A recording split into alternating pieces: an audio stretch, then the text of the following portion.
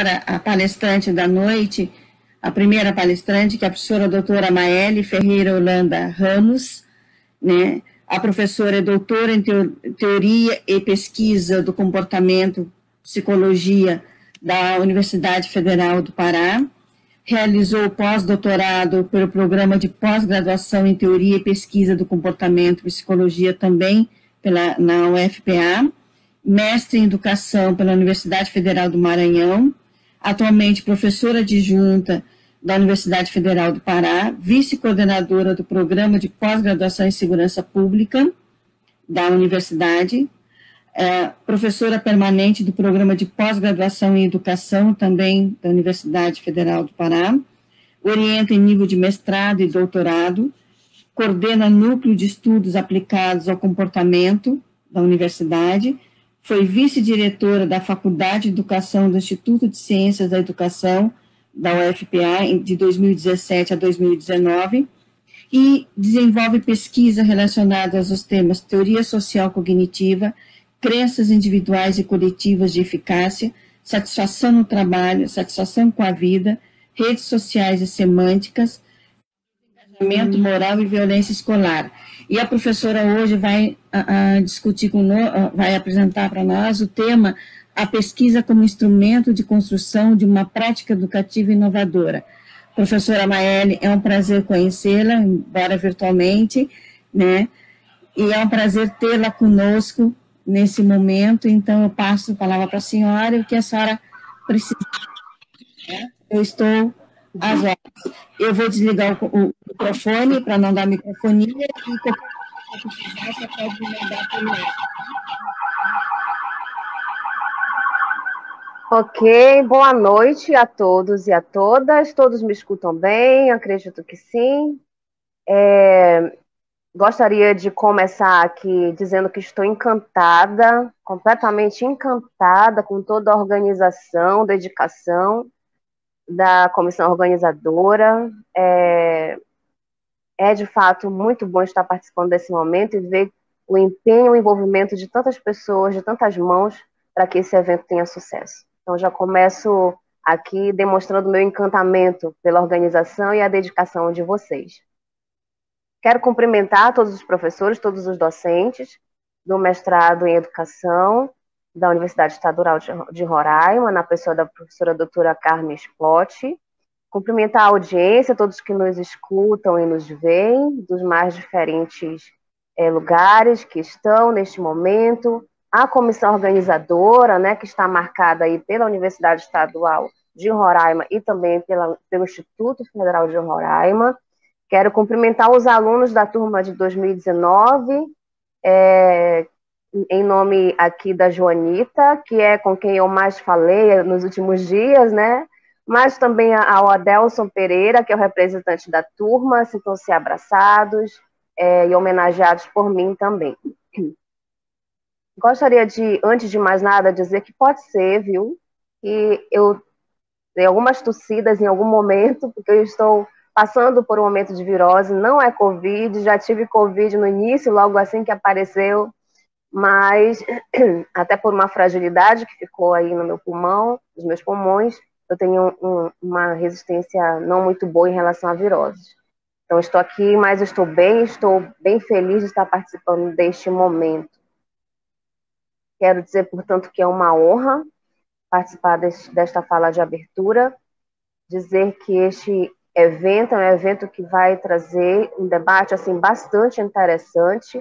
Até fiz questão de convidar os meus alunos do meu grupo de pesquisa, porque acho que tem assuntos assim fantásticos, vocês estão trazendo temas aí que vão contribuir bastante para a formação de quem vai participar. Então, você que está participando neste momento, sinta-se assim também prestigiado e gostaria de parabenizar porque você tirou este momento, este tempinho, para investir na sua formação, certo? E aí também gostaria de começar, essa é uma fala curta, então eu vou tentar ser sintética em alguns pontos, mas gostaria de começar enfatizando o meu lugar de fala, né? Faço parte de 2 programas de pós-graduação, um em Segurança Pública, que é um mestrado profissional da UFPA, mas também do qual também sou vice-coordenadora, e faço parte do programa de pós-graduação em educação, que é o PPGED, aí sim a nível de mestrado e doutorado, que tem as nossas convergências, então, neste sentido. Em ambas as pós-graduações, eu trabalho bastante com disciplinas metodológicas, ou com metodologia geral, ou com metodologias aplicadas às análises qualitativas, certo? E, portanto, é dessa minha experiência, que tenho aí de alguns anos trabalhando com metodologia, e também das experiências que tive ao ser professora, coordenadora e gestora da educação básica, que vou compartilhar com vocês alguns pensamentos que vão fazer parte dessa fala de abertura. É preciso iniciar dizendo, no entanto, que o objetivo dessa fala não é trazer respostas. Vejam que o tema ele é um tanto quanto intrigante, né? Toda vez que a gente toca no assunto inovação, causa algum incômodo, causa algum arrepio aí, porque te faz pensar em sair da zona mais confortável, né, que a gente tem, da nossa zona de conforto. Inovar nunca é fácil, né? Então, pelo tema, vocês conseguem ver aí o meu desafio nessa fala de abertura. Então, a minha proposta hoje, nessa noite, não é trazer respostas prontas, até porque seria impossível diante da dimensão que é este campo de investigação, mas, de fato, a minha fala vai no sentido de provocar um exercício reflexivo, que a princípio pode parecer complexo, e na medida em que a sua pauta envolve questões relacionadas ao campo das metodologias.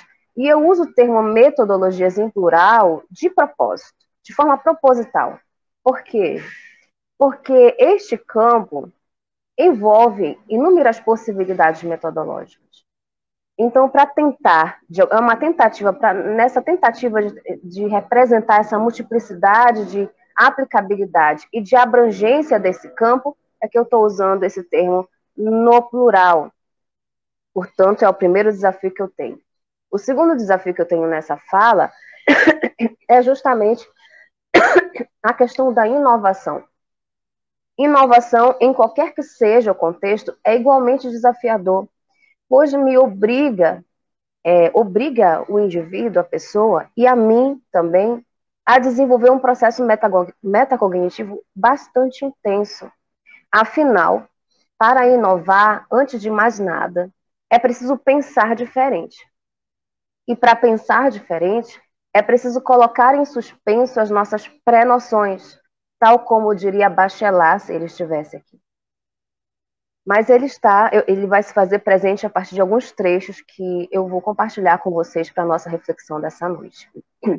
É preciso questionar, portanto, o que já está cristalizado, para poder inovar. E se colocar em um estado de constante mobilização. Eu não posso me acomodar. Tem que ser um estado de procura, de busca, de avaliação, e dou ênfase aqui também à palavra autoavaliação. Tudo isso faz parte dessa tentativa, dessa busca pela inovação. Sendo assim, considero, e na verdade eu acredito fortemente, que para inovar é preciso trilhar um caminho. E sabe que caminho é esse? O caminho constante da humildade. Sim, eu estou dando ênfase na palavra humildade. E considerando o contexto acadêmico em que estamos, eu vou usar o termo aqui, humildade científica. E é com este preâmbulo que eu vou, então, começar a minha fala, certo? Fazendo este preâmbulo. Vocês estão vendo aí o primeiro slide. Vou pedir para ele passar. Eu tenho um ajudante aí, tá bom, gente? Eu nem conheço o ajudante, mas virtualmente aí já sou grata, tá bom? Muito obrigada aí pela ajuda de estar passando os slides. Ele vai passar, de vez em quando eu vou pedir aí, vou interromper a minha fala para pedir para ele ir passando, vou pedir aí um pouquinho de paciência a vocês.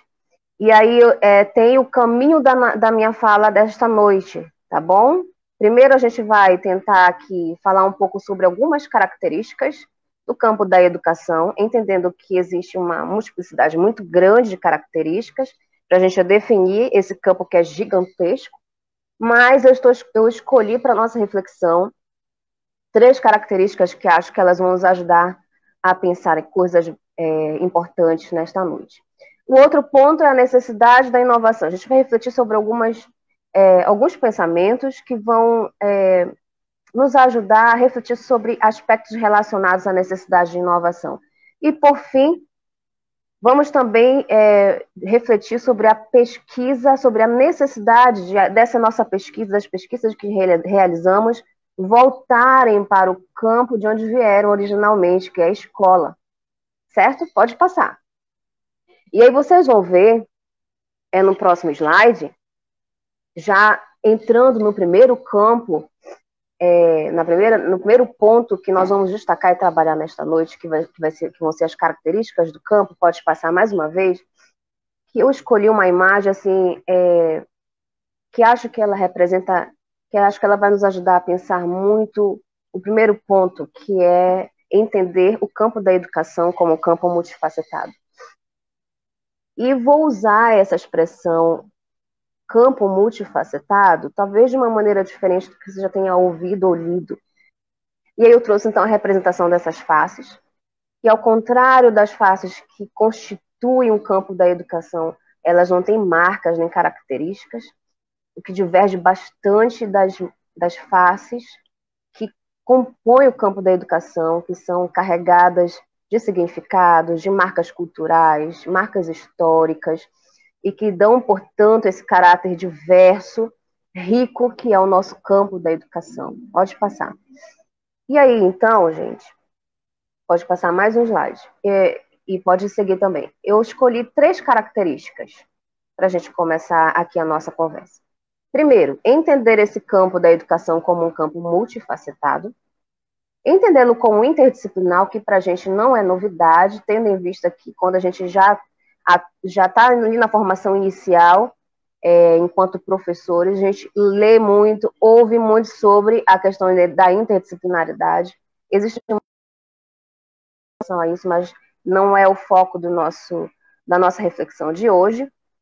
E também vou trazer o campo da educação como um campo eclético. E vou explicar rapidamente esse caminho aí que escolhi traçar para discussão com vocês.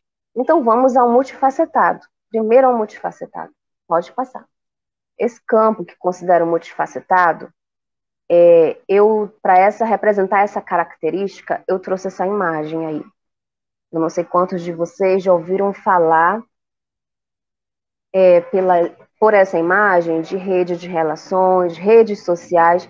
Rede social, eu tenho certeza que todo mundo aqui já ouviu falar, porque a gente, ultimamente, nos últimos anos, né, e especialmente mais intensamente aí nesse período pandêmico, a gente usou muito as redes sociais virtuais para a gente se comunicar, né? E vejam que nós estamos aqui num contexto bastante diferente, onde nós temos aí uma realidade virtual imposta a nós, tendo em vista o cenário em que nós estamos. Mas, a despeito disso, a gente vai tentando aí diminuir as fronteiras, os limites, as distâncias, para a gente conseguir se comunicar. E eu escolhi essa imagem para representar esse campo multifacetado, que acho que ela representa bem. Veja só, o campo da educação é tremendamente multifacetado. E não à toa eu escolhi essa palavra. Eu escolhi essa imagem entendendo que ela contempla bem o tamanho dessa abrangência e como as coisas se dão nesse campo mais específico das escolas. Nas nossas escolas, essas nossas escolas, que originam muitos dos nossos debates e das nossas pesquisas acadêmicas, nas nossas escolas, elas são fontes fantásticas de relações sociais. Muitas das relações sociais que se estabelecem ali são, inclusive, objeto de investigação científica. Devemos entender, e eu vou convidar vocês a entender as redes sociais para além das que se estabelecem no meio virtual. E aí nós temos diferentes teorias e métodos que se aplicam a investigar esse âmbito. Vou trazer aqui, por exemplo, o método neoestrutural, estrutural, sociometria, análise das redes, entre outros, alguns deles muito marcados ali pela antropologia. E aí você pode passar mais um slide, e eu faço questão aqui de trazer para vocês o conceito de rede social, né? A rede social, como vocês estão acompanhando pelo slide, é definida como um conjunto de relações específicas. Por exemplo, o grupo de vocês de mestrado forma uma rede social, apesar de que ela não está virtual. No momento ela está virtual, mas originalmente ela não era virtual, né? Vocês tinham contato físico, pessoal. Era um conjunto de relações que se estabeleciam por de diferentes formas. No caso de vocês, pode ser colaboração, apoio, troca, mas existem outras diferentes redes onde você percebe que o fundamento pode ser aconselhamento, controle, influência, e também existem as redes sociais que têm um viés bastante negativo e que, por exemplo, podem culminar em violência, certo? Então, o estudo das redes sociais é bastante amplo, mas ele encontra eco bastante forte nas escolas. E por isso eu fiz questão ali de trazer aquela imagem que conecta um indivíduo ao outro, e isso vai linkando e estabelecendo a conexão entre as pessoas que constituem essas redes, que são muitas e múltiplas. Então, veja só, as escolas são fortes ambientes para o estabelecimento das redes sociais. Esse conceito aí que a gente acabou de ver. Imaginem cada pessoa, cada criança, cada adolescente, cada adulto, cada indivíduo que está ali na escola é um mundo de complexidade. E veja que esse mundo de complexidade particular se conecta a muitos outros mundos complexos, que são os outros indivíduos que fazem parte dessa rede, dessas relações. E disso, gente, emergem, e eu poderia até usar o termo gritam, diferentes marcas culturais, visões de mundo, perspectivas, esperanças, frustrações, problemas e necessidades. Muitos desses elementos que eu acabei de falar viram problema de pesquisa científico que muitos de nós desenvolvemos.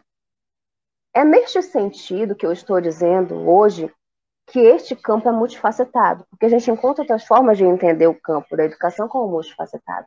Mas eu convido todos vocês a me acompanharem nesta direção, pois é ele que tem as marcas das diferentes faces dos indivíduos que compõem esse contexto. Pode passar no slide. Nesse próximo slide, que eu vou compartilhar com vocês aqui, eu vou trabalhar as duas outras características de forma bem rápida, que gostaria de destacar para a nossa reflexão dessa noite, que é a interdisciplinaridade e é o campo da educação como eclético. Eu poderia dizer, e vou dizer, que originalmente as práticas educativas, o fazer, o ensino, a educação, ela é naturalmente interdisciplinar. Acabou que no processo de organização curricular as coisas foram se disciplinarizando, mas a interação entre os conhecimentos acontece de forma natural. Mas vejam que de tão complexo que é esse campo, várias áreas, vários campos do conhecimento podem encontrar ali oportunidades de estudo, como, por exemplo, a psicologia, economia, política, saúde, não sei se é a sequência aí, mas jurídica, saúde e etc. Então, a educação, escola, os fenômenos que acontecem no dia a dia da escola podem ser e devem ser objeto de diferentes campos, e eles se conversam, eles se agregam, eles se constituem, eles se complementam. Essa associação entre as áreas, entre os campos, apenas enriquece a compreensão do fenômeno assim investigado. E o outro aspecto que gostaria de enfatizar é que este campo é eclético, até por uma questão desses campos que vocês estão percebendo, aí visualizando pelo slide, desdobramentos, para cada campo deste, há desdobramentos teóricos, que usam como objeto de análise os fenômenos que emergem do campo da educação. Então, você percebe que são vários, eu coloquei só alguns aqui, mas para cada campo desse existe um mundo de teorias, de possibilidades de vertentes teóricas que podem ser utilizadas para investigar os fenômenos na área da educação. Então, vejam por que eu estou fazendo esta caracterização por este caminho do campo da educação, para a gente ter uma ideia do quão amplo e do quão complexo é este campo. Pode passar. Pode passar o slide. Esses 3 elementos que eu rapidamente aqui pontuei para vocês, considerando essas 3 características, o que a gente conclui, portanto, a priori? Que temos um campo bastante fértil.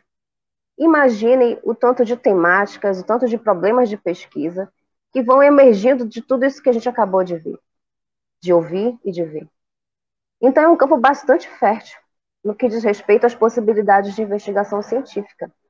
É das escolas, gente. Sim, é das escolas, primariamente e também secundariamente, que surgem os nossos problemas de pesquisa. Inspirados em questões relativas às dificuldades e necessidades das escolas e tudo que as envolve, como, por exemplo, práticas educativas, leis, política, formação de professores e etc. Poderia colocar uma lista bem maior aqui. Então, a partir das escolas e de tudo que as envolve e de tudo que deriva delas, é que projetamos os nossos processos de investigação científica. E essas demandas são multifacetadas, são ecléticas e são interdisciplinares. Essas características que eu coloquei para vocês. Isso a princípio. Porque, na verdade, o que eu gostaria de destacar, de dar ênfase, é que, para além disso, gente, essas demandas que surgem desse campo são, na verdade, primariamente e prioritariamente reais. Estão linkadas a necessidades reais, que gritam nos corredores das escolas, nas salas das escolas, nas relações que se estabelecem ali, nas dificuldades que ocorrem das menores às maiores, que nós temos alguma boa noção em relação à dimensão dessas dificuldades. Então, são problemas reais, que são vivenciados, que estão ali e que precisam encontrar solução. Por vezes, eu poderia dizer que eles são reais e, na verdade, na maioria das vezes, são urgentes, necessitam de atenção urgente. Essas demandas pedem, até por sua natureza complexa e abrangente, respostas inovadoras. E eu vou dar ênfase aqui, daqui a pouquinho, ao que eu gostaria de que nós refletíssemos nessa noite enquanto inovadoras. Pode passar, por favor, o próximo slide. Essas são as 3 primeiras características que gostaria de enfatizar, mas tem uma que ela fundamenta bastante a nossa necessidade, justifica bastante a nossa necessidade de sermos inovadores. Que é essa bem aí, gente, ó. O campo da educação é um campo em constante mudança. É um campo em constante mudança porque é feito por pessoas, indivíduos que estão em constante mudança. Imagina como era o campo. Tentem lembrar de como era a educação há 20, 10 anos atrás, não muito tempo atrás. Imagina como você era há 10 anos atrás. Imagina como você vai estar daqui a 10 anos. Como vai estar o campo da educação daqui a 2 anos. Então, é um campo em constante mudança, que é feito por pessoas que estão constantemente em mudança. Eu lembro que eu fui alfabetizadora por muito tempo. E eu usava técnicas específicas, isso há uns mais de 15 anos. Há mais de 15 anos. Então, as técnicas de alfabetização que eu utilizava lá, dificilmente poderiam ser replicadas na íntegra com os alunos de hoje.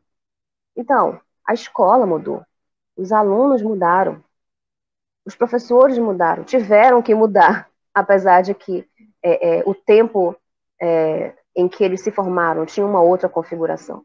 Nós aqui que temos um pouquinho mais de tempo de formação. A literatura está em mudança. Mudou, muda. As estruturas, tudo está em mudança neste campo. O campo e nós que fazemos o campo. Existe uma verdade, gostaria de destacar, que é a seguinte. Cada uma das experiências que nós temos, das menores às maiores, nos fazem mudar. E eu vou pedir, então, portanto, que passe mais um slide. E nesse próximo slide tem um trecho, uma frase, na verdade, que eu gosto muito de usar, que diz assim: o homem que volta ao mesmo rio Nem o rio é o mesmo rio, nem o homem é o mesmo homem. Então, cada experiência que a gente tem, das menores às maiores, inclusive o simples fato de entrarmos e banharmos em um rio, nos faz diferente. Cada nova experiência, cada novo aprendizado nos muda. Então, se este é um campo que está em constante mudança, a todos os instantes temos problemas diferentes surgindo, necessidades diferentes surgindo, demandas diferentes e novas surgindo, como é que eu não vou considerar a necessidade da inovação? E aí, pode permanecer no slide. E aí, diante dessa fala que eu fiz, desse trecho de fala que eu fiz, vem a questão da necessidade de inovar. E aí eu procurei, de uma forma bem rápida, o que é inovar. No dicionário mesmo, fiz questão de procurar no dicionário mesmo. Olha só, inovar, inova, vem do verbo inovar. E ele varia. E ele tem os seguintes desdobramentos. Varia, muda, reforma, restaura, renova. Isso não são coisas que precisamos sempre envolver no nosso dia a dia? Necessidade de mudança, de reforma, de restauração, de renovação, de variação, diante dos problemas novos que vão surgindo, que vão aparecendo. Então, tem a ver com produzir novidades, tem a ver com fazer algo novo, tem a ver com a ideia de mudar. E é por isso que eu trouxe essa característica, que o campo da educação, assim como todos os outros campos, mas isso a gente percebe muito fortemente nos campos de conhecimento mais ali associados às ciências humanas e sociais, que lida diretamente com seres humanos, na verdade, de uma forma mais abrangente, essa questão da mudança. E quando a gente pensa em educação, não dá para deixar de pensar dessa forma. Pode passar. E aí, gente, eu trago para vocês essa pergunta, e na verdade ela vai originar outra pergunta. Eu vou fazer essa pergunta e vou pedir que você responda, não no chat, mas responda a si mesmo. O que você acha?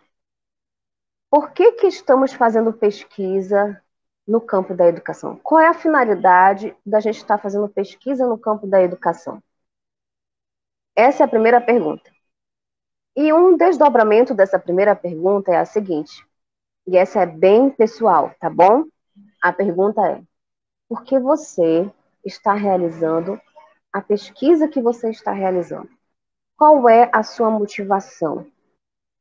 Será que é para cumprir a formalidade de um curso em nível de mestrado? Cumprir alguma etapa de formação? Qual é a finalidade? Qual é o motivo de você estar pesquisando o que você está pesquisando? Quais são as suas motivações reais? E de uma forma mais abrangente, que implicações isso tem para a prática docente? E se vocês observarem, essas perguntas elas até levam a um nível de justificativa ou relevância das pesquisas, né?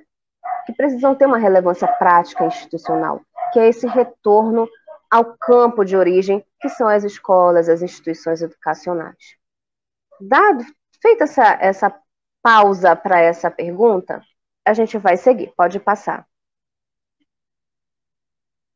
Eu vou pedir para passar mais uma vez o slide, por causa do tempo eu ia fazer um preâmbulo histórico, mas eu vou passar mais um pouquinho por causa do nosso tempo. E aí, dada essa pergunta, a gente vai para o segundo ponto. Nós fizemos uma passada rápida em 3, 4 características do campo da educação, para a gente entender, refletir, na verdade, um pouco sobre as dimensões dessas características e o quanto elas estão associadas a uma necessidade da gente desenvolver essa capacidade de inovar, o que não é fácil. E agora a gente vai trazer algumas reflexões a partir de 2 autores que eu considero assim fantásticos e que acho que todo pesquisador em formação deveria investir na leitura deste material, que é Bachelard e que é Bourdieu. Vou trazer alguns trechos, tendo em vista que nós temos um limite de tempo, mas já deixo a recomendação, caso vocês tenham interesse, existem 2 capítulos, os quais nós vamos usar hoje, lógico que só trechos pequenos, mas de Bachelard recomendo o capítulo 1, da formação do espírito científico, e de Bourdieu eu recomendo o capítulo 2, do livro O Poder Simbólico. Ambos os capítulos, eles se aplicam a uma construção do perfil de um pesquisador, e na verdade de uma formação de um pesquisador, e que Bachelard vai chamar formação do espírito científico, e vai trazer reflexões importantes. Então, eu recomendo bastante a leitura desses 2 textos. Caso alguém já tenha lido, fique à vontade também para reler, caso queira. Eu já li para mais de 5 vezes e tenho contato com esse material desde o meu mestrado. E toda vez que eu leio, eu fico, por exemplo, com o Bachelard, eu fico me perguntando, ele teve muita coragem de falar isso, de fazer essas provocações, né? E pode passar, então, o slide, nós vamos trabalhar só alguns pequenos trechos que estão relacionados, que eu acredito que estão relacionados à temática que nós estamos agora, com a qual nós estamos conversando, né, sobre a qual nós estamos conversando. Mas antes de fato, entrar nos trechos, eu faço aí esta provocação, né? Gente, como é que nossas pesquisas vão ajudar, vão provocar práticas inovadoras lá nas escolas, se a minha pesquisa não é inovadora? E aí eu vou fazer um parênteses dizendo o seguinte, quando eu uso o termo inovação aqui, não estou aqui no sentido de dizer assim, vamos fazer algo inédito, criar a roda novamente, recriar a roda. Não é esse o objetivo. O foco aqui da ideia da inovação é de tentar captar as demandas que vão surgindo, as demandas novas que vão surgindo desse campo plural e fértil, que é o campo da educação, das escolas. Tentar investir em buscas de métodos, de propostas, de proposições que deem conta dessas novas demandas e que se configurem novas práticas investigativas que tenham como consequência resultados mais eficientes na investigação. Então, é com este pensamento que nós vamos aí delinear a ideia de inovação, tá bom? Para dar respostas às questões que são novas e que surgem do campo da pesquisa e que, por vezes, precisam de uma abordagem também científica, mais inovadora. E aí, então, podemos seguir o próximo slide. E aí nós vamos começar com o primeiro trecho aí de Bachelard. Ele é bastante provocativo e diz o seguinte, me acompanhem aí no slide. Quando o espírito se apresenta à cultura científica, e aqui a gente vai considerar esse espírito, que é uma forma de o autor falar, como todo pesquisador que está iniciando ali a trajetória da pesquisa, tá certo? Então, quando esse indivíduo, esse pesquisador que está começando ali, se depara com a cultura científica, olha o que ele diz, nunca é jovem. Aliás, gente, é bem velho, porque tem a idade dos seus preconceitos. E aqui eu quero abrir um parêntese para dizer que nós vamos, e também Bachelard adota a ideia preconceito, não de forma pejorativa, mas entendendo a etimologia termo. Então, são os conceitos pré-estabelecidos que todos nós construímos, e toda vez que nós nos deparamos com conhecimentos novos, a gente não vem vazio, a gente vem trazendo esses conceitos pré-estabelecidos. Só que, às vezes, esses conceitos, o que o autor está falando é que os conceitos são tão cristalizados, estão tão cristalizados, que não permitem a pessoa investir ou ampliar o conhecimento, a direção para novos conhecimentos.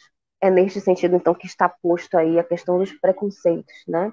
Então, é necessário, ele diz, rejuvenescer espiritualmente. E que, quando ele usa esse termo rejuvenescer espiritualmente, ele está chamando a atenção para o que, na continuidade do texto, ele vai dizer, necessidade de romper de uma ruptura com as opiniões, com o senso comum, para de fato você se elevar a uma postura de cientista, de formar o teu espírito científico, que está muito basilado ali em você encontrar um equilíbrio entre os elementos para não ser parcial nas análises e na condução do teu trabalho. E aí, então, gente, acender a ciência é rejuvenescer espiritualmente, é aceitar uma brusca mutação. E ele enfatiza isso. Às vezes, quando a gente faz essa elevação ao espírito científico, a gente tem que se deparar com a realidade, que é a realidade de que você vai precisar mudar. Novamente, aqui a questão da mudança aparecendo. E algumas vezes, sim, se contrapor a conhecimentos prévios que você desenvolveu ou tinha anteriormente. Ou se contrapor ou complementar, não necessariamente, obrigatoriamente dessa forma. Pode passar mais um pouquinho. E aí, gente, ele segue. E ele vai trazer aqui. Volta um pouquinho, passou demais. Aí. Ele vai trazer um caminho aqui que ele diz que ele chama de obstáculos. Na nossa pesquisa, na nossa produção científica, de uma forma geral, todos nós encontramos obstáculos das mais diferentes formas, né? Passa mais um pouquinho que não está aparecendo dos dois quadradinhos aqui. Das mais diferentes formas. Acho que não deu certo, mas tudo bem. Ele vai dizer que existem obstáculos que são internos, externos a nós, né?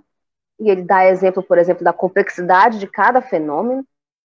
Cada fenômeno de investigação tem uma complexidade muito grande. E isso, por si, já é um obstáculo externo bastante importante. E ele vai dizer que nessa minha formação de espírito científico, nessa minha formação de pesquisadora, de cientista de verdade, verdadeiramente, a gente encontra esses obstáculos. Ele deu este exemplo, mas eu poderia dar outros, como, por exemplo, dificuldade de acesso às escolas, limitação de recursos, adoecimento durante o processo. Enfim, existem vários obstáculos que podem se interpor a nós quando a gente começa um processo de investigação científica a partir de um fenômeno, por exemplo, que emerge do campo da educação. Mas o que nós vamos utilizar aqui para chamar a atenção e corroborar a nossa reflexão não são os obstáculos externos, são os obstáculos internos. E aí, esses que estão em nós. E aí ele pontua 3. O primeiro aqui é a opinião. A opinião é o primeiro. E ele diz que é necessário fazer esse afastamento da opinião. Que às vezes a gente está tão impregnado da opinião que eu não consigo ver para além da opinião. Isso tem desdobramentos nos outros 2 pontos, como, por exemplo, o instinto conservativo, que é quando a gente se agarra, se apaixona a determinadas ideias, ou determinados processos, ou procedimentos, ou perspectivas, que a gente não consegue também ver para além disso. E o terceiro ponto é em alguns pontos relacionados a esses 2 aspectos, eu ter dificuldade de questionar os conhecimentos que acho que são inquestionáveis. E em ciência, gente, não dá para abrir mão dos questionamentos. Questionar é a base da ciência. Se eu tenho dificuldade de questionar os conhecimentos, os processos, eu tenho que ter consciência de que talvez eu esteja comprometendo o meu processo investigativo.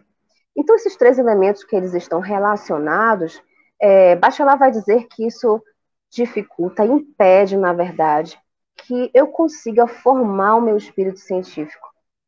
E aqui nós vamos usar também esses 3 elementos para dizer que quanto mais a gente está impregnado desses aspectos, mais dificuldade a gente vai ter de inovar, porque a gente vai ter dificuldade de olhar para além de tudo isso. E inovar é pensar para além do que a gente está acostumado a fazer, a estudar. O que para além disso eu posso envolver? E lógico que isso não se dá gratuitamente. Isso deve se dar por um processo investigativo e de estudo muito aprofundado. Buscar na literatura o que tem de novo que a literatura me traz sobre o fenômeno que eu estou investigando. Eu já procurei quais são os procedimentos, as técnicas de análise, as técnicas de coleta que eu poderia utilizar que me dariam uma abrangência maior e mais efetiva do fenômeno. Então, é de fato um processo de busca contínua que a gente precisa fazer, que está linkado a um processo de estudo e de investigação contínua, para que isso não seja também origem de senso comum e de opinião. Então, há necessidade de toda essa preocupação e cuidado no processo de inovação na pesquisa científica. Pode passar o slide. E aí, diante de tudo isso, Bachelard vai dizer que quando eu consigo superar esses obstáculos, eu tenho um rejuvenescimento do meu espírito científico. E estou verdadeiramente me formando enquanto cientista, investigadora. Pode passar. Esse aqui é um trecho que gosto bastante, que mexeu muito comigo, que ainda mexe comigo e me provoca o tempo todo a tentar me autoavaliar para ver se eu não estou estagnando, se eu não estou me acomodando na minha zona de conforto. Que é a seguinte, olha só, uma cabeça bem feita é infelizmente uma cabeça fechada. E quando eles usam esse termo aqui, cabeça bem feita, vai no sentido daquele instinto conservativo que eu acabei de falar para vocês, de você apaixonadamente se agarrar a uma ideia e não permitir que novas ideias surjam.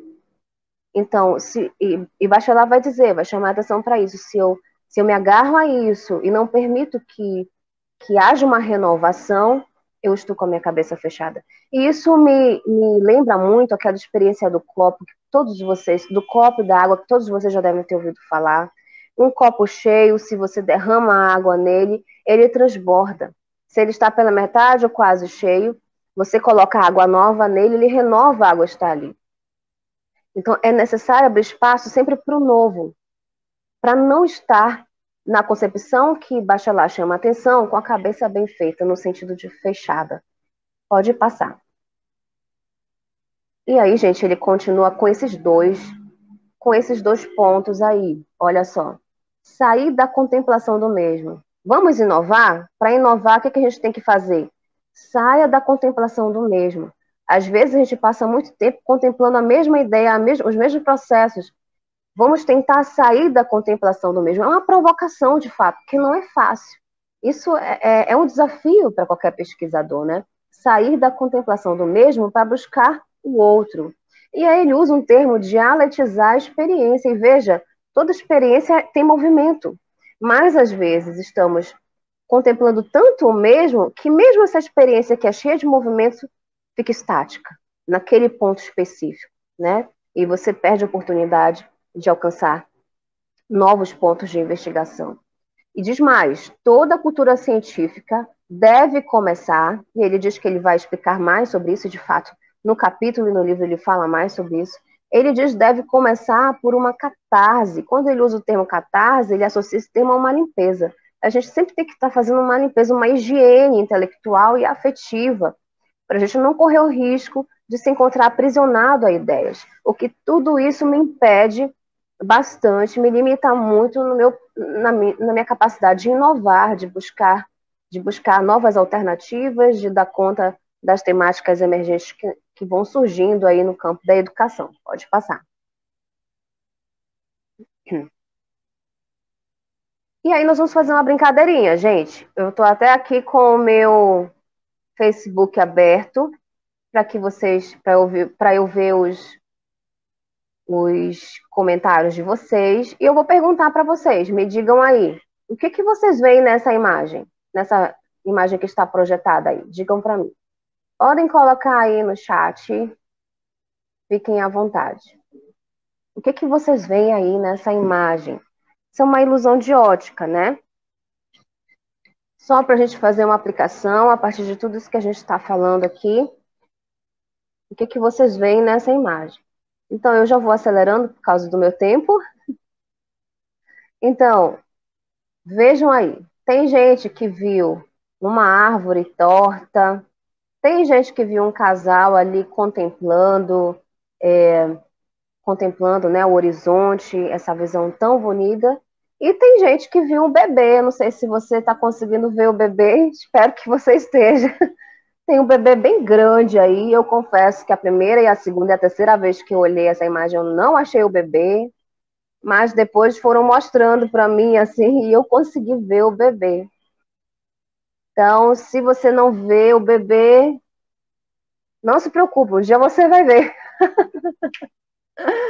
Mas, na verdade, a gente está usando essa imagem para fazer uma aplicação e também um quebra-gelo, no sentido de enfatizar essa nossa necessidade de buscar olhar por outras perspectivas.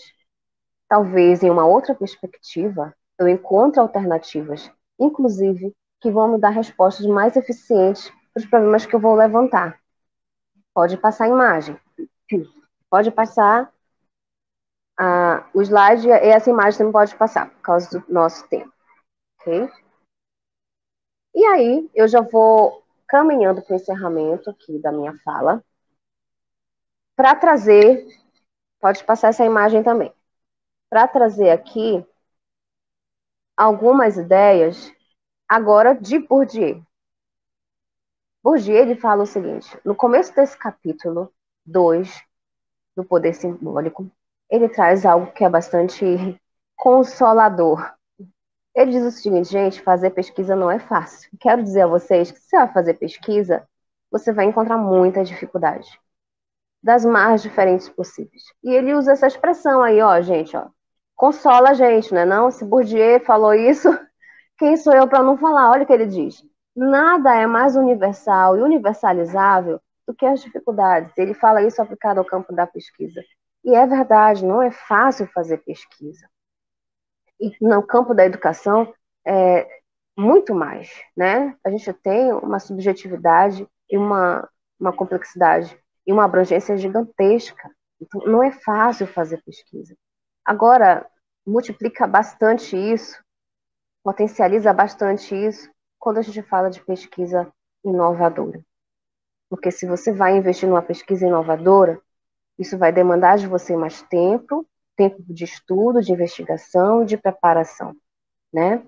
Para que você esteja com condições necessárias de aplicar as técnicas novas, de aplicar a abordagem inovadora que você propõe. Pode passar.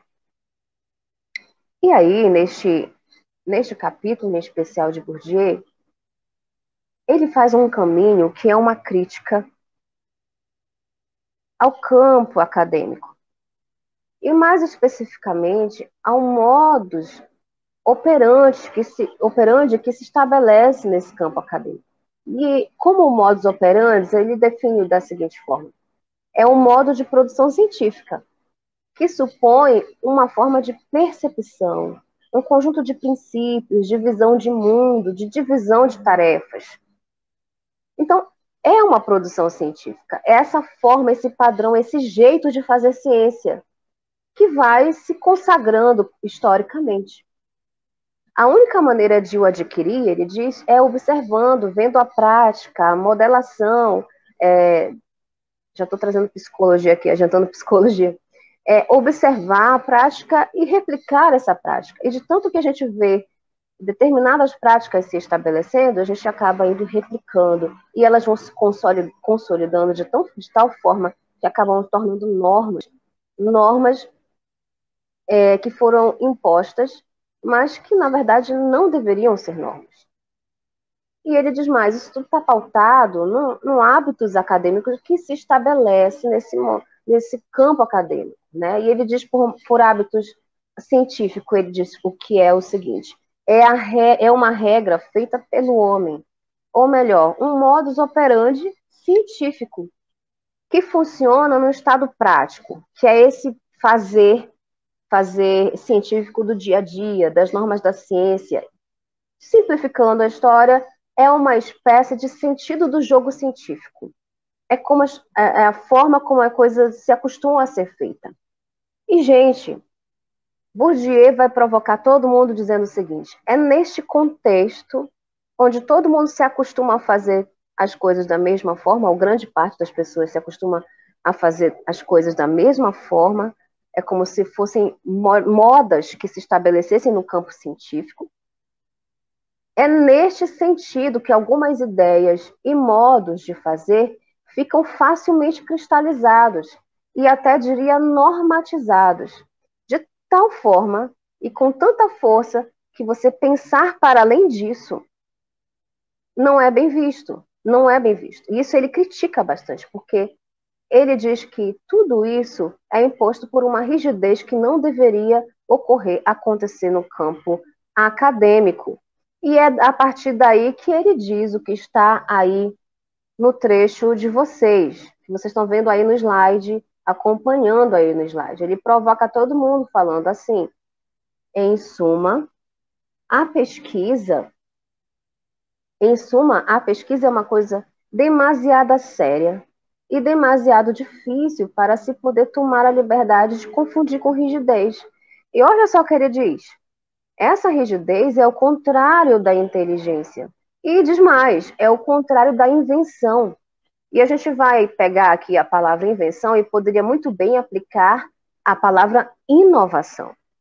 Então, a rigidez, ela se contrapõe à inteligência científica e à inovação científica.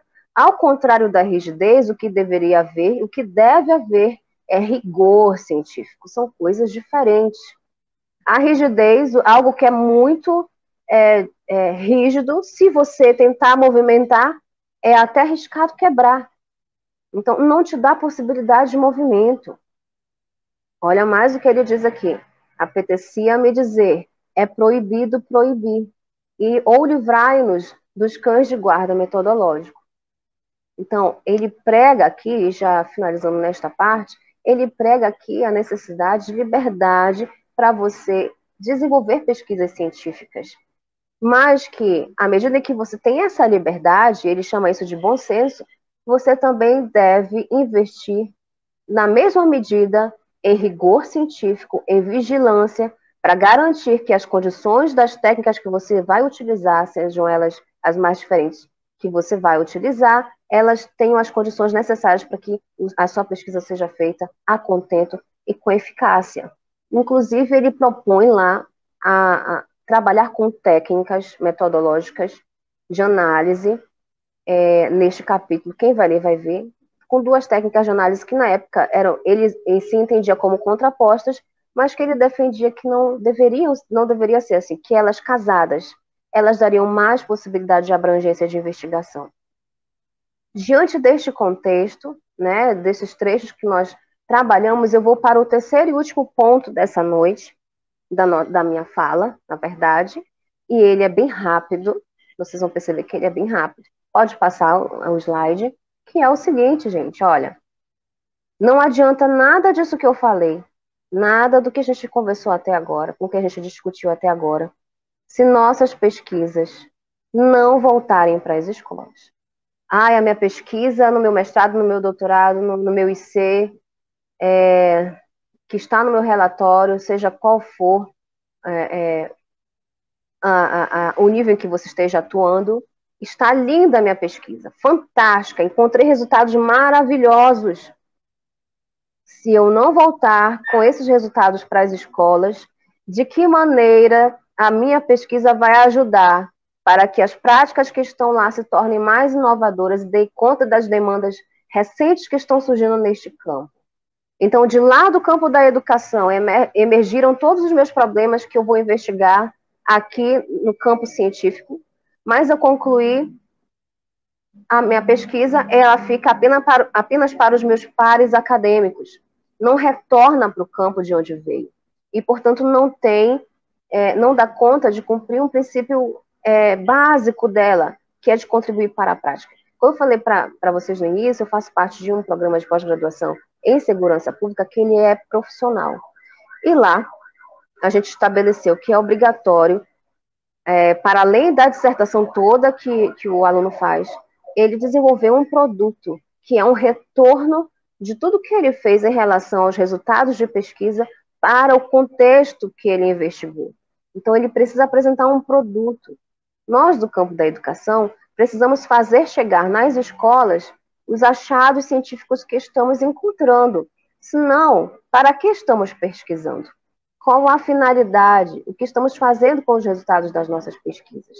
Talvez investir mais em estudos de intervenção, pesquisação, de experimentação, quase experimentação, que de fato envolvam essa prática e retornem para ela com respostas que possam ser usados pelos professores, pelos administradores, pelos gestores, para a inovação das práticas dos professores, para a inovação da prática docente, para responder a problemas emergentes que são bastante contemporâneos e também urgentes. Então, essa é uma necessidade urgente que nós precisamos, que eu vejo no campo da educação, que a gente precisa, sim, assumir. É uma coisa que eu já tenho visto com os meus orientandos mais atuais, são coisas que não fazíamos antes, mas diante de tudo isso que eu tenho estudado, vejo que isso é urgente. Se nossas escolas não receberem o retorno das nossas pesquisas, vamos estar fracassando nessa nossa comunicação com as escolas. E aí eu termino usando a seguinte frase, que diz assim, ó, para viver honradamente. Essa frase, ela é de Tolstói, 1910, diz assim, não está no slide, não está no slide. Para viver honradamente é necessário desgarrar-se, confundir-se, lutar, enganar-se, começar e abandonar, e de novo começar, gente, e de novo abandonar, e lutar eternamente. Uma pesquisa científica também é isso, é começar e recomeçar quantas vezes for necessário, e buscar novas direções sempre que possível. Fazer diferente por fazer diferente não é efetivo. Inovar por inovar não é efetivo. Eu só tenho que inovar quando, de fato, aquela minha proposta de inovação configurar em resultados mais eficazes. E aí ele termina dizendo assim, ó, tranquilidade, ele até é duro, é uma baixeza moral. Então, ele está aqui provocando, dizendo assim, se você está na zona de conforto, não está certo. Procura te mover, procura ir numa direção em que você não esteja nessa tua zona de conforto, e você vai encontrar respostas que vão te ajudar bastante em qualquer que seja o contexto da sua vida. Gente, então é isso. Nem sei se consegui ficar no tempo, mas espero de alguma forma ter contribuído. Termino aqui minha fala, novamente dizendo que estou muito, muito feliz com a participação nesse espaço. Também gostaria aqui, gente, rapidamente, ó, de matar vocês de inveja. Vocês estão vendo aqui, ó. Ganhei, gente, ó. Estou muito feliz, obrigada à comissão organizadora. Levei até um susto, falei para eles quando eu vi esse lindo buquê, né? Todo dia que a gente ganha buquê, né, não, gente? Fiquei muito feliz, então, assim, minhas cachorrinhas também amaram, todo mundo amou. Vou guardar com muito carinho. Obrigada por toda a atenção e dedicação ao evento. E desde já desejo sucesso no restante da programação. Bom, obrigada, professora, né, pela coisa. Só fazendo um apanhado, espero ter conseguido fazer o apanhado, porque eu fiquei tão imersa na nossa discussão que, né, a senhora tratou o objetivo de provocar um exercício reflexivo, envolve o campo das metodologias, as inúmeras possibilidades de inovação que causam incômodo, essa questão do sair do conforto, né, de pensar diferente, questionar o que está sendo posto. Isso é muito interessante, porque a gente tem o hábito de ficar acomodado, né? E a senhora trouxe algumas questões, algumas características do campo da educação, da multifacetado, da questão interdisciplinar, eclético, né? Que é inspirado nas questões de dificuldades das escolas, a questão das necessidades de inovação, de mudar, de estar pensando no que realmente, qual é a finalidade da pesquisa no campo da educação, por que fazer pesquisa, e a gente precisa estar sempre pensando nisso, né? Por que estamos realizando a pesquisa que estamos realizando e que implicações elas têm, e essa necessidade de pensar nesse foco inovador, de haver uma ruptura com as opiniões, com o que já está sendo formado, que já está sendo posto, né, buscando algo que realmente mexa com essas dificuldades que nós estamos, sair da contemplação do mesmo para buscar o outro, e a cultura científica deve começar com uma limpeza e higiene intelectual e afetiva para não limitar a capacidade de inovar. É a questão de olhar outras perspectivas e encontrar outras alternativas. E isso é muito interessante. E aí também, quando prega, quando a senhora traz Bourdieu, quando ele prega a liberdade para desenvolver a pesquisa científica com rigor científico, não uma rigidez, mas com rigor científico, e a vigilância nas técnicas para poder ser feita a contento e eficácia, e que, aí eu concordo com a senhora, no sentido de que as pesquisas devem voltar para a escola, né? Nós pesquisamos as questões dentro da escola e voltar para essa escola, essas pesquisas. E aí, professora, eu passei para o seu WhatsApp até para talvez lhe ajudar. Temos algumas perguntas, não sei se eu faço todas ou se a senhora está vendo o seu WhatsApp. A primeira é como propor a figura do professor pesquisador se as sucessivas reformas educacionais empurram os professores para a tarefa de formar mão de obra barata. Não sei se a senhora quer que eu faça todas, ou a senhora vai respondendo? Cortou o áudio para mim no finalzinho, se você puder. Posso, sim. Eu passei para o seu WhatsApp as perguntas, até para ajudar a senhora a pensar nela, não se perder. A primeira diz assim: como propor a figura do professor pesquisador se as sucessivas reformas educacionais empurram os professores para a tarefa de formar mão de obra barata? Essa questão da formação do professor pesquisador, a gente tem aí já desde a graduação, né? Eu atuo também na formação de professores na graduação. A gente sempre considera, pelo menos aqui na Universidade Federal do Pará, que esse é um campo que a gente precisa investir mais na questão da formação deles. Inclusive, a gente tem realizado reuniões tendo em vista essa dificuldade, porque realizar pesquisa não é fácil, de verdade. Mas nossos alunos da graduação, já pensando aqui nessa formação do pesquisador desde a graduação, o que acontece na maioria das vezes? É que quando chega para o nível de mestrado, doutorado, o aluno geralmente tem muita dificuldade porque não conseguiu dar conta ali dessa formação. A formação em si não permitiu garantir trabalhar essas características com os alunos. Então, acho que o primeiro ponto é trabalhar a formação dos professores, a formação do professor nas graduações de uma forma mais efetiva. Isso linkado, lógico, à limitação que nós temos quando ele vai para o campo de atuação é bastante forte, né? Essa contradição entre a formação que tem na universidade, que acho que ela tem limitações e precisa melhorar, esse é um ponto. A formação do pesquisador desde a graduação é algo que precisa ser melhorado nas nossas universidades. Mas, para além disso, a gente também tem o confronto com a realidade, que é quando esse professor chega na escola, se depara com as múltiplas tarefas, diante das múltiplas dificuldades e limitações que o campo tem e que lhe são impostas, e que ele mal consegue manter as atividades básicas, né? Acho que esse é um dos pontos que você colocou. De fato, isso é se deparar com uma realidade cruel, que não acredito que seja resolvida facilmente. Nós teríamos que ter todo um sistema de estruturação, de formação de professor, mas também de continuidade dessa formação, através de formação continuada, mas também liberdade de atuação lá nas escolas, associado sempre a esse perfil mais acadêmico do professor, que lhe permitisse isso. Mas quando ele chega lá, ele é tomado por diferentes tarefas, dificuldades, que não lhe permite dar continuidade, por exemplo, à formação de um espírito científico, vamos dizer assim. Então, aí chega ao ponto que ele precisa escolher ou uma coisa ou outra. Não vejo na estrutura que a gente tem possibilidade de que isso seja, em grande massa, resolvido em pouco tempo. Mas iniciativas dentro das escolas, como já tenho visto, por exemplo, algumas aqui em Belém do Pará, em que as escolas se comprometem, têm uma preocupação maior com essa parceria com a pesquisa, né? E, inclusive fazem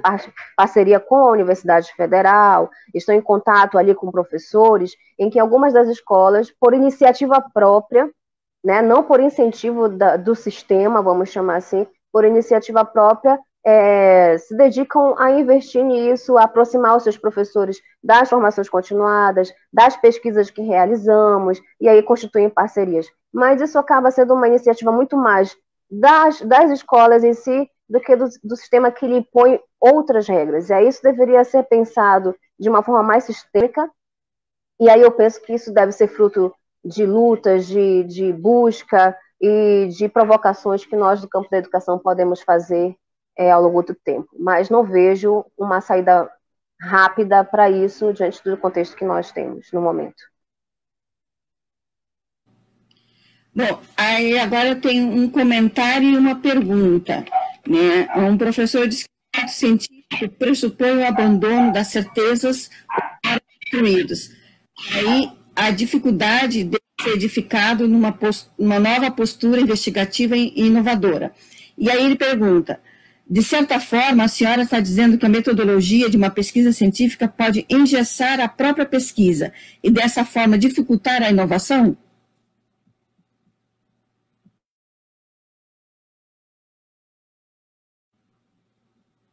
Só tem que ligar o microfone, professora, está desligado. Desligou sozinho aqui. Sim, eu estou dizendo que dependendo da postura, da escolha do caminho, e propriamente da postura do pesquisador, das decisões que ele vai tomar, dependendo do caminho, do percurso metodológico que ele vai escolher, isso vai lhe amarrar as possibilidades de abrangência do fenômeno. E sim, dependendo do caminho que ele vai seguir, isso pode limitar bastante a pesquisa dele. E, portanto, o caminho que se vai escolher, o percurso metodológico que se vai escolher, é importante escolher, né, na minha percepção, caminhos que lhe permitam uma abrangência maior, não limite tanto, que tenha flexibilidade, e especialmente nos primeiros momentos, onde lhe permita uma abordagem mais exploratória para conhecer melhor o campo de investigação. Não sei se entendi a pergunta, mas acho que é mais ou menos por esse caminho. Tem uma outra pergunta que diz assim, que pede que a senhora cite algumas técnicas de análise. Análises qualitativas, análises quantitativas. Creio que é referente à questão da pesquisa. A pesquisa nasce...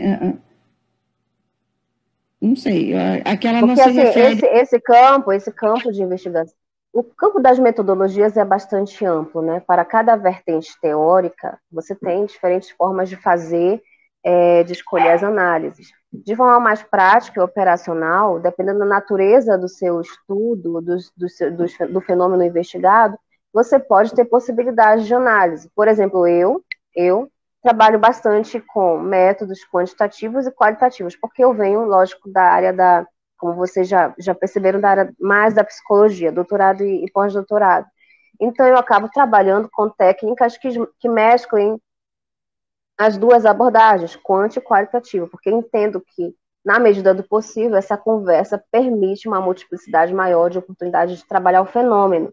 Diante disso, nesse escopo, no meu caso, eu trabalho bastante com análise de conteúdo para os dados qualitativos, análises qualitativas, trabalho bastante com análise de conteúdo, uso bastante na análise de conteúdo as técnicas de categorização, e aí isso aí é uma disciplina que a gente dá, difícil explicar assim rapidamente, né? Técnica de categorização, técnica de análise lexical, isso para dados de natureza qualitativa, por exemplo, né? Trabalhando isso, por exemplo.